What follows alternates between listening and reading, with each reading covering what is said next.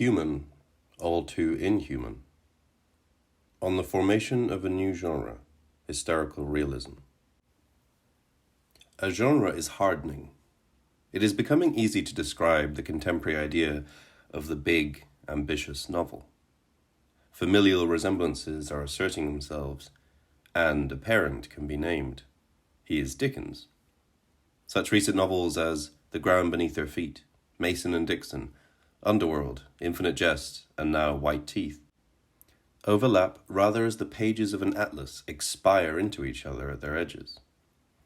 A landscape is disclosed, lively and varied and brightly marked, but riven by dead gullies.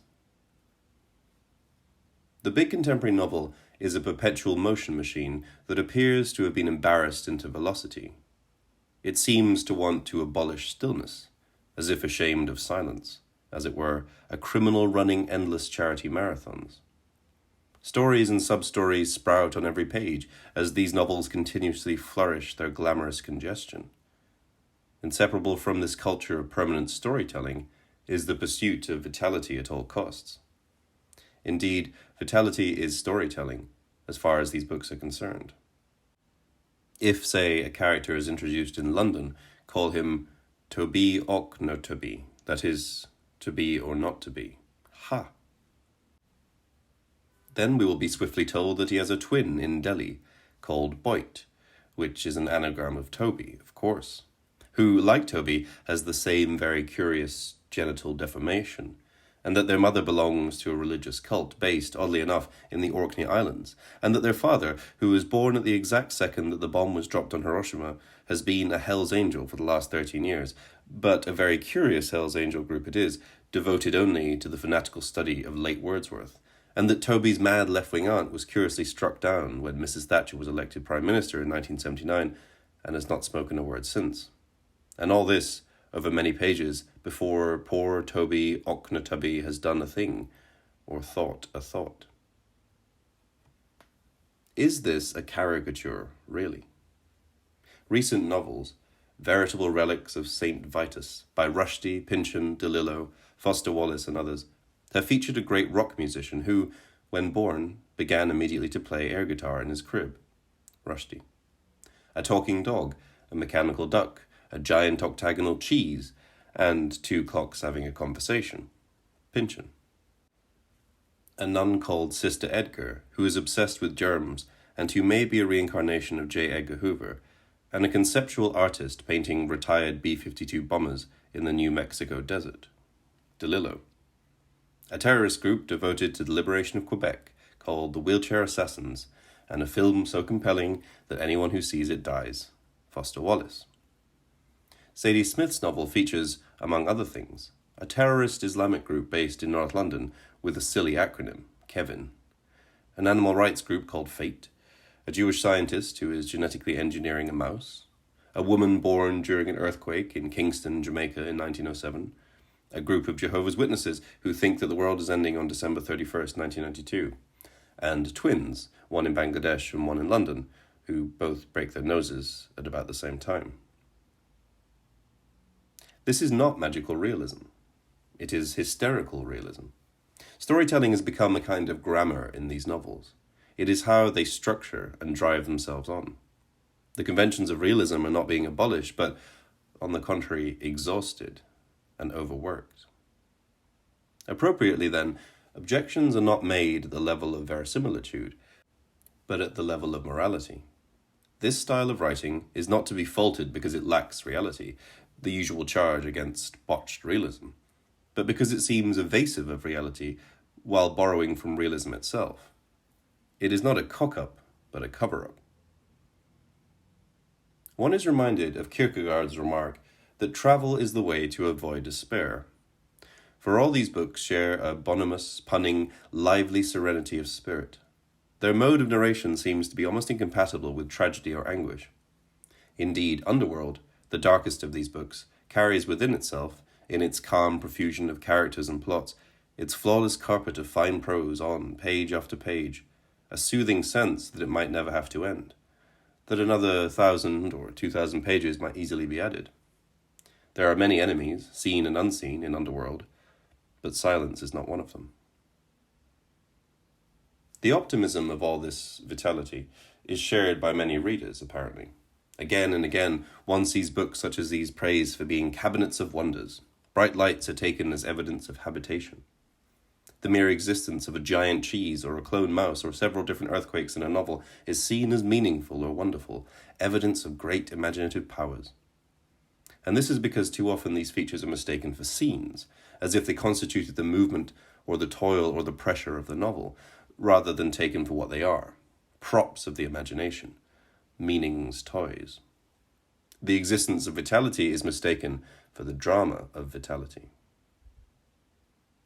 What are these stories evading? One of the awkwardnesses evaded is precisely an awkwardness about the possibility of novelistic storytelling. This in turn has to do with an awkwardness about character and the representation of character. Stories, after all, are generated by human beings, and it might be said that these recent novels are full of inhuman stories, whereby that phrase is precisely an oxymoron, an impossibility, a wanting it both ways. By and large, these are not stories that could never happen, as, say, a thriller is often something that could never happen. Rather, they clothe real people who could never actually endure the stories that happen to them. They are not stories in which people defy the laws of physics. Obviously, one could be born in an earthquake. They are stories which defy the laws of persuasion. This is what Aristotle means when he says that, in storytelling, a convincing impossibility, say a man levitating, is always preferable to an unconvincing possibility, say the possibility that a fundamentalist group in London would continue to call itself Kevin. And what above all makes these stories unconvincing is precisely their very profusion, their relatedness. One cult is convincing, 3 cults are not. Novels, after all, turn out to be delicate structures, in which one story judges the viability, the actuality of another. Yet it is the relatedness of these stories that the writers seem most to cherish and to propose as an absolute value. An endless web is all they need for meaning. Each of these novels is excessively centripetal. The different stories all intertwine and double and triple on themselves. Characters are forever seeing connections and links and plots and paranoid parallels. There is something essentially paranoid about the belief that everything is connected to everything else. These novelists proceed like street planners of old in South London. They can never name a street Ruskin Street without linking a whole block and filling it with Carlisle Street and Turner Street and Morris Street, and so on. Near the end of Whiteteeth, one of the characters, Irie Jones, has sex with one of the twins, called Millat, but then rushes round to see the other twin, called Majid, to have sex with him only moments after. She becomes pregnant, and she will never know which twin impregnated her. But it is really Smith's hot plot which has had its way with her. In Underworld, everything and everyone is connected in some way to paranoia and to the nuclear threat. The ground beneath their feet suggests that a deep structure of myth, both Greek and Indian, binds all the characters together. And Whiteteeth ends with a clashing finale in which all the novel's characters, most of them are now dispersed between various cults and fanatical religious groups, head toward the press conference which the scientist, Marcus Chalfin, is delivering in London to announce the successful cloning of his mouse. Alas, since the characters in these novels are not really alive, not fully human, their connectedness can only be insisted on. Indeed, the reader begins to think that it is being insisted on precisely because they do not really exist. Life is never experienced with such a fervid intensity of connectedness. After all, hell is other people, actually. Real humans disaggregate more often than they congregate. So these novels find themselves in the paradoxical position of enforcing connections that are finally conceptual rather than human. The forms of these novels tell us that we are all connected by the bomb, DeLillo, or by myth, Rushdie, or by our natural multiracial multiplicity, Smith. But it is a formal lesson rather than an actual enactment. An excess of storytelling has become the contemporary way of shrouding, in majesty, a lack. It is the Sun King principle. That lack is the human. All these contemporary deformations flow from a crisis that is not only the fault of the writers concerned, but is now of some lineage. The crisis of character, and how to represent it in fiction. Since modernism, many of the finest writers have been offering critique and parody of the idea of character, in the absence of convincing ways to return to an innocent mimesis. Certainly, the characters who inhabit the big, ambitious contemporary novels have a showy liveliness, a theatricality that almost succeeds in hiding the fact that they are without life. Liveliness hangs off them like jewelry. This is less true of Zadie Smith than of Rushdie. Her principal characters move in and out of human depth. Sometimes they seem to provoke her sympathy, at other times they are only externally comic. But watch what she does with one of the many bit parts in this large and inventive book. Smith is describing the founder of Kevin, the fundamentalist Islamic group based in North London.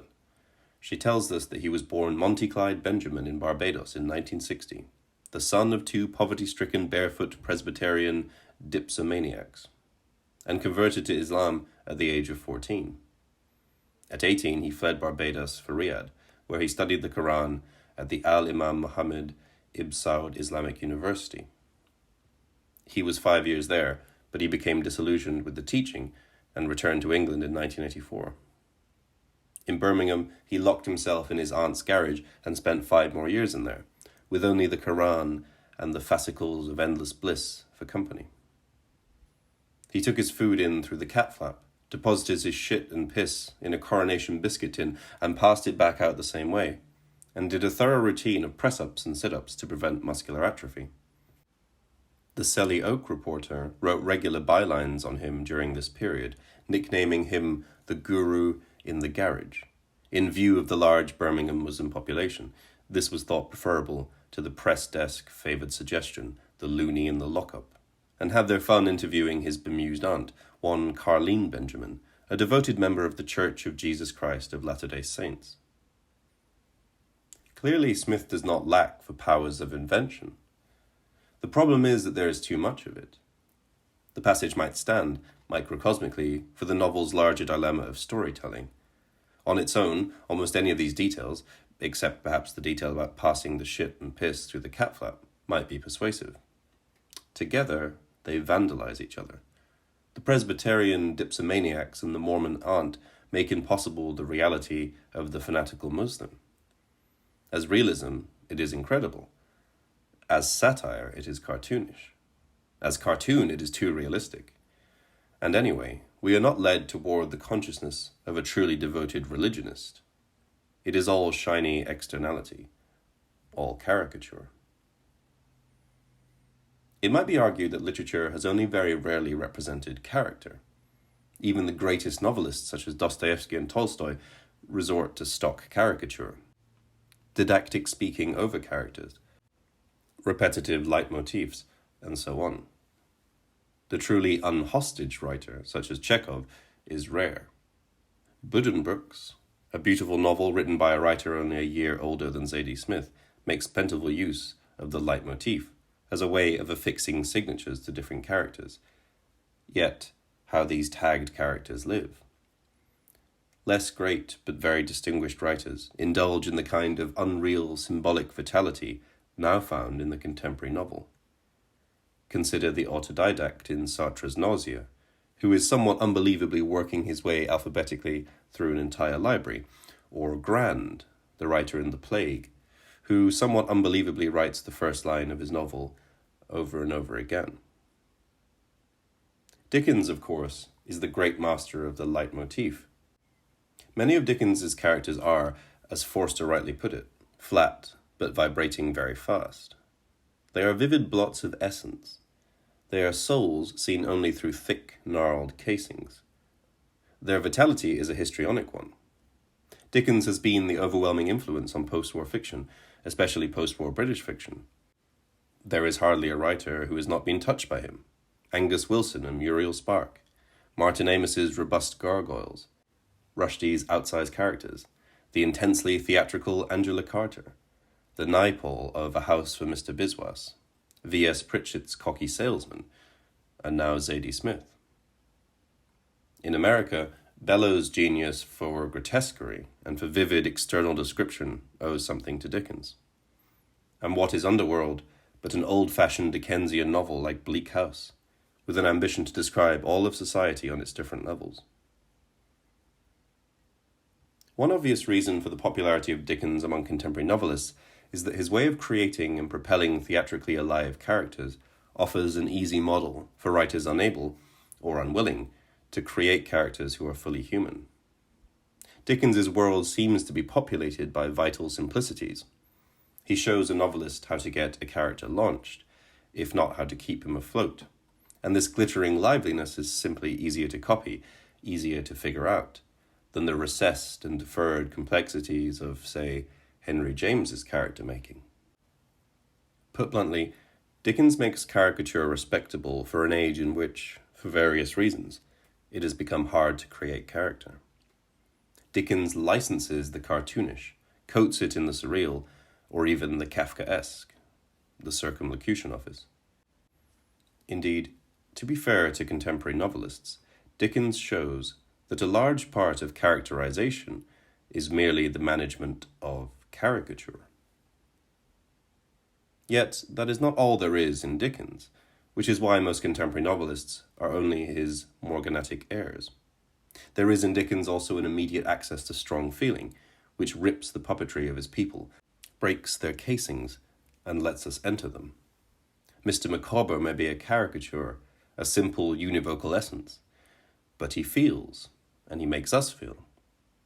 One recalls that very passionate and simple sentence in which David Copperfield tells us, "Mr. Micawber was waiting for me within the gate, and we went up to his room, and cried very much."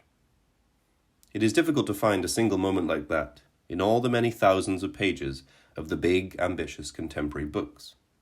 Difficult to imagine the possibility of such a sentence ever occurring amid the coils of knowingness and the latest information.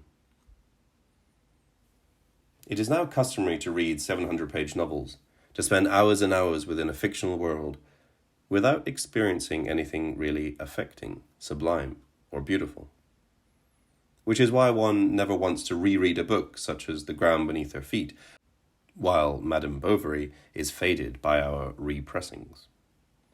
This is partly because some of the more impressive novelistic minds of our age do not think that language and the representation of consciousness are the novelist's quarries anymore. Information has become the new character. It is this, and the use made of Dickens, that connects DeLillo and the repertorial Tom Wolfe, despite the literary distinction of the former and the cinematic vulgarity of the latter. So it suffices to make do with vivacious caricatures, whose deeper justification arises, if it ever arises, from their immersion in a web of connections. Zadie Smith has said in an interview that her concern is with ideas and themes that I can tie together, problem-solving from other places and worlds. It is not the writer's job, she says, to tell us how somebody felt about something. It's to tell us how the world works. Citing David Foster Wallace and Dave Eggers, she comments, "These are guys who know a great deal about the world. They understand microeconomics, the way the internet works, math, philosophy. But they're still people who know something about the street, about family, love, sex, whatever. This is an incredibly fruitful combination, if you can get the balance right. And I don't think any of us have it quite yet, but hopefully one of us will." That is gently, modestly put. And to give Smith her considerable due, she may be more likely to get the balance right than any of her contemporaries, in part just because she sees that a balance is needed, and in part because she is very talented and still very young. At her best, she approaches her characters and makes them human. She is much more interested in this and more naturally gifted at it than is Rushdie. For a start, her minor Dickensian caricatures and grotesques, the petty filaments of this big book, often glow. Here, for instance, is a school headmaster, a small character who flares and dies within a few pages, but Smith captures his physical essence surely. The headmaster of Glenard Oak was in a continual state of implosion. His hairline had gone out and stayed out like the determined tide. His eye sockets were deep, His lips had been sucked backwards into his mouth. He had no body to speak of, or rather he folded what he had into a small, twisted package, sealing it with a pair of crossed arms and crossed legs. This conjures a recognizable type, and indeed a recognizable English type, always in the process of withdrawing or disappearing, as Smith's highly Dickensian image suggests, always mailing himself out of the room. Smith, as Rushdie has said, is astonishingly assured. About her, one is tempted to apply Orwell's remark that Dickens had rotten architecture but great gargoyles. The architecture is the essential silliness of her lunge for multiplicities, her cults and cloned mice and Jamaican earthquakes. Formally, her book lacks moral seriousness, but her details are often instantly convincing, both funny and moving. They justify themselves. She tells a story, essentially, of two families, the Joneses and the Iqbals. Archie Jones is married to a Jamaican woman, Clara Bowden, and is the father of Irie. He fought in the Second World War as a teenager, alongside Samad Iqbal, a Bengali Muslim from Bangladesh. The two men have been friends for 30 years and now live near each other in North London. This is a bustling, desolate area, full of velvet-lined Indian restaurants and yeasty pubs and unclean laundromats. Smith bouncily captures its atmosphere. Any street in this region will include, without exception, one defunct sandwich bar still advertising breakfast, one locksmith uninterested in marketing frills, keys cut here, and one permanently shut unisex hair salon, the proud bearer of some unspeakable pun, uppercuts or fringe benefits or hair today, gone tomorrow. Samad's wife, Alsana, is an engaging creation. She earns a living sewing leather garments at home that are bound for a shop called Domination in Soho. Samad is a waiter at a restaurant in central London, an intelligent man, frustrated by his foolish occupation, and a moral man, frustrated by the lax country he lives in. He spends much of the novel in a fury. He is, precisely, a caricature more than a character, about England and English secularism. He is determined that his twin sons, Milat and Majid, will grow up in the ways of the Quran. But Milat, at least initially, has joined a tough street gang who speak a strange mix of Jamaican patois, Bengali, Gujarati, and English, and hangs out on streets populated by Becks, B-boys, indie kids, wide boys, ravers, rude boys, acid heads, Sharons, Tracys, Kevs, Nation brothers, raggers, and packies. Such an inventory is what Smith means by bringing us the information. But this crocodile of youths has a use-by date inside it. Colin McInnes brought us the information about the London of the 1950s in Absolute Beginners. And where is that novel? At an absolute end. Milat's brother Majid is a scientific rationalist, and apparently no more interested in Islam than his brother. But his father decides to send Majid, the better student, back to Bangladesh for a safely religious education. The plan backfires, of course. When Smith is writing well, she seems capable of a great deal.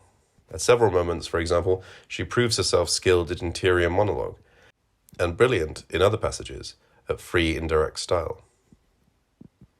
"Oh, Archie, you are funny," said Maureen sadly, for she had always fancied Archie a bit, but never more than a bit, because of this strange way he had about him, always talking to Pakistanis and Caribbeans like he didn't even notice, and now he'd gone and married one, and hadn't even thought it worth mentioning what colour she was until the office dinner, when she turned up black as anything, and Maureen almost choked on her prawn cocktail.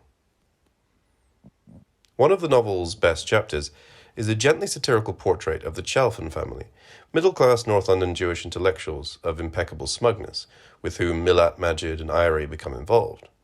One of the Chalfin sons, Joshua, attends Glenard Oak School with the Jones and Iqbal children. There is Marcus Chalfin, busy with his genetic experiments, and his wife, Joyce, who writes about gardening. She lives the politically unexamined life of the liberal who is sure that she is right about everything. Even her gardening books encode her bien-pensée about the importance of hybridity. Smith funnily invents a long passage from one of them. "In the garden, as in the social and political arena, Change should be the only constant. It is said cross-pollinating plants also tend to produce more and better quality seeds. Yet this same Joyce cannot help exclaiming, when Milat and Iry first appear in her house, about the delightful novelty of having brown strangers in the house. By mocking the Chalfins, even gently, Smith works against the form of her own novel, and guards against a Rushdie-like orthodoxy about the worship of hybridity. Here Smith evinces an important negative capability which she promptly deforms by inserting a needless little lecture into the same chapter. This has been the century of strangers, brown, yellow, and white. This has been the century of the great immigrant experiment. Still, these are rare lapses. Far more powerful than such announcements on the authorial tannoy is a lovely moment when Marcus Chalfin puts his arms around his adored wife. The two are devoted, if a little complacently, to each other, like a gambler collecting his chips in circled arms. Whereupon the 15-year-old Iry, whose parents are much less communicative, thinks of her own parents, whose touches were now virtual, existing only in the absences where both sets of fingers had previously been: the remote control, the biscuit tin, the light switches. Smith is a frustrating writer, for she has a natural comic gift, and yet is willing to let passages of her book descend into cartoonishness and a kind of itchy, restless extremism. Here, for instance, in her description of O'Connell's, a bar and cafe where Archie and Samad have been regulars for many years. Comically, it is run by a family of Iraqis, the many members of which share a bad skin condition, but it has kept its Irish name and various Irish accoutrements. It is where, we are told, Archie and Samad have talked about everything, including women. Hypothetical women. If a woman walked past the yolk-stained window of O'Connell's, a woman had never been known to venture inside. They would smile and speculate, depending on Samad's religious sensibilities that evening, on matters as far-reaching as whether one would kick her out of bed in a hurry, to the relative merits of stockings or tights, and then on, inevitably, to the great debate: small breasts that stand up versus big breasts that flop to the sides. But there was never any question of real women, real flesh and blood and wet and sticky women, not until now. And so the unprecedented events of the past few months called for an earlier O'Connell's summit than usual. Samad had finally phoned Archie and confessed the whole terrible mess. He had cheated. He was cheating. Archie had been silent for a bit and then said, "Bloody hell. 4 o'clock it is then. Bloody hell." He was like that, Archie, calm in a crisis. But come 4:15, and still no sign of him, a desperate Samad has chewed every fingernail he possessed to the cuticle and collapsed on the counter, nose squished up against the hot glass, where the battered burgers were kept, eye to eye with a postcard showing the 8 different local charms of County Antrim.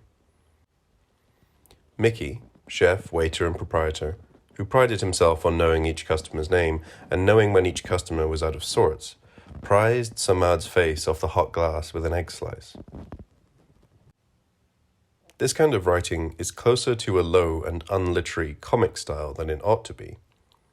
It has a pertness, but it squanders itself in a mixture of banality and crudity, and, unlike many passages in the book, it cannot shelter behind the excuse that it is being written from within the mind of a particular character.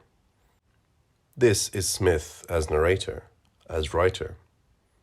Yet nothing we know about Samad, and nothing we later learn, incidentally, convinces us that Smith is telling the truth when she tells us that this hot-headed Muslim sat talking about women's breasts. The topic seems, instead, to have been chosen by Smith from a catalogue of cliches called Things Men Talk About in Bars.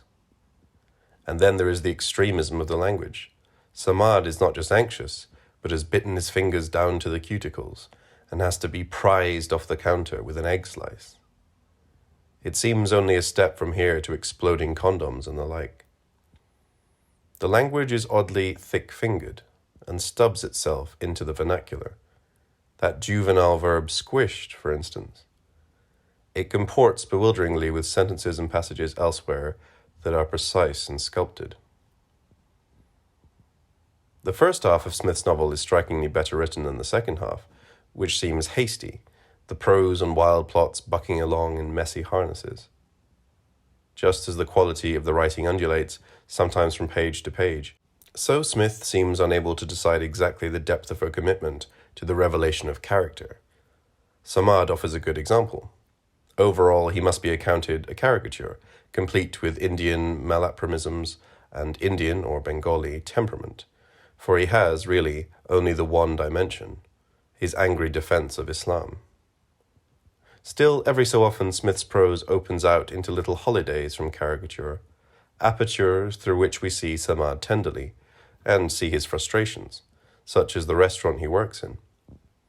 From 6 in the evening until 3 in the morning, and then every day was spent asleep, until daylight was as rare as a decent tip.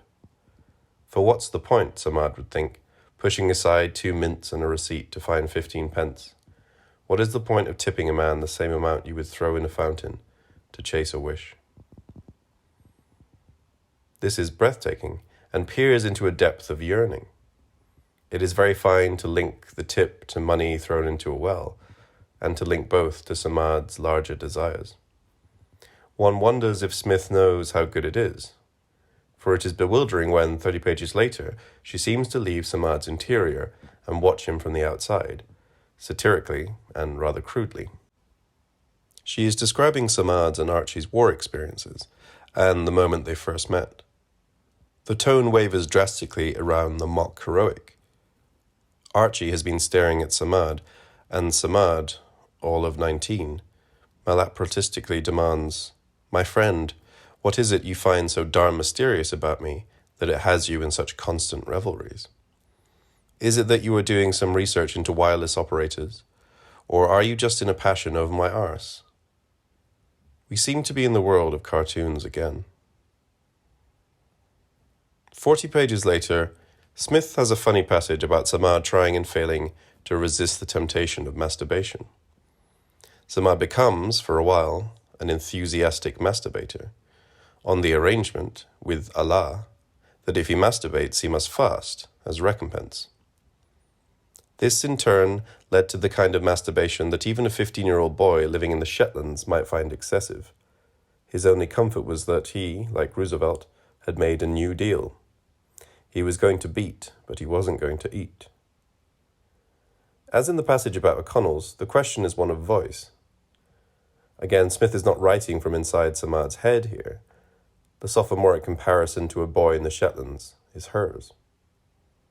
So what is going on? The reference to the New Deal is hopelessly misplaced, and merely demonstrates the temptation that this kind of writing cannot resist, of binging in any kind of illusion. And what of that phrase, "he was going to beat, but he wasn't going to eat"? Beat is not Samad's word, he would never use it. It is Smith's word, and in using it she only speaks over her character. She reduces him, obliterates him. And so it goes on, in a curious shuffle of sympathy and distance, affiliation and divorce, brilliance and cartoonishness, astonishing maturity and ordinary puerility. White Teeth is a big book, and does not deal in fractions. When it excites, and when it frustrates, it o'erflows the measure. Indeed, its size tests itself. For one reason it disappoints has partly to do with the fact that it becomes clear that over the length of the book, Smith's stories will develop, and develop wildly. But her characters will not develop at all. Yes, Smith's characters change. They change opinions and change countries. Milat, once an urban rapper, becomes a fundamentalist terrorist. Joshua Chalfin, once a rationalist and loyal son of his scientific father, becomes an animal rights freak. Yet whenever these people change their minds, there is always a kind of awkwardness in the text, a hiatus, and the change itself is always rapidly asserted, usually within a paragraph or two. It is as if the novel were deciding at these moments whether to cast depths on its shallows, and deciding against. Which way will the ambitious contemporary novel go? Will it dare a picture of life, or just shout a spectacle? White Teeth contains both kinds of writing. Near the end, An instructive squabble occurs between these two literary modes. The scene is in the conference room, where Marcus Chalfin is delivering the news about the mouse. All of the book's major characters are present. Irie Jones is pregnant, and for a while we inhabit her mind and her drifting thoughts. She looks from Milat to Majid and cannot decide which twin is the father of her child. But she stops worrying, because Smith breaks in, excitedly, to tell us that Irie's child can never be mapped exactly, nor spoken of with any certainty. Some secrets are permanent. In a vision, Irie has seen a time not far from now, when roots won't matter anymore because they can't, because they mustn't, because they're too long and they're too tortuous, and they're just buried too damn deep. She looks forward to it. Yet it is Smith who made Irie, most improbably, have sex with both brothers, and it is Smith who decided that Irie, most improbably, had stopped caring who is the father. It is quite clear that a general message about the need to escape roots is more important than Irie's reality, what she might actually think, her consciousness. A character has been sacrificed for what Smith called, in that interview, ideas and themes that I can tie together, problem-solving from other places and worlds. This is problem-solving, all right, but at what cost? As Irie disappears under the themes and ideas, the reader perhaps thinks wistfully of Mr. Micawber and David Copperfield, so uncovered by theme and idea, so uninsured, weeping together in an upstairs room.